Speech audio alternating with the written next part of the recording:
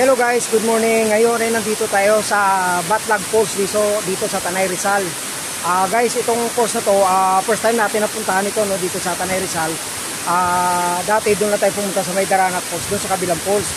Ngayon, pinuntahan natin to kasi ilang meters na naman, siguro mga 1 kilometer lang yung distance niya mula doon sa May Daranat Falls papunta dito sa May Batlag Falls. Ang ganda pala dito guys, kasi tignan mo yung falls nila dito guys, napakataas.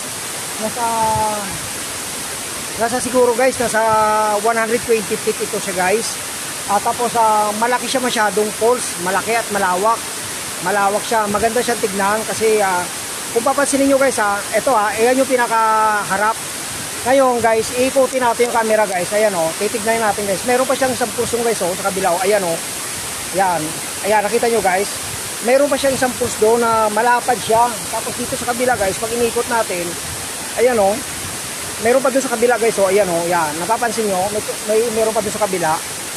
Napakalaki niya guys. Napakalaking pulse itong Batlag Falls. At napakaganda.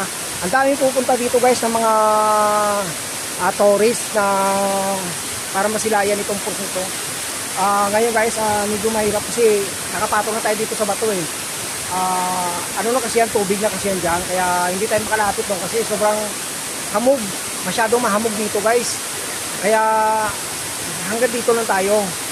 Diba guys, napakaganda, sulit na sulit naman yung ating paglalakad, kahit na napakalayo at napakahirap, sulit naman kasi makikita naman natin sa ganda ng forest na ito, nature na nature ang dating, talagang mawawala yung pagod mo kahit pawis na pawis ka sa paglalakad, okay lang kasi sulit naman, di ba guys? Kaya sa mga followers ko, huwag kayong magsawa na manood ng mga falls kasi marami pa tayong iba-vlog dito ng mga falls. Marami tayong falls na iba-vlog, mga nature talaga. Aakyatin natin lahat ng bundok na yan para lang may pakita sa inyo na gano'n tayo mag-akit ng falls. Okay? Thank you guys.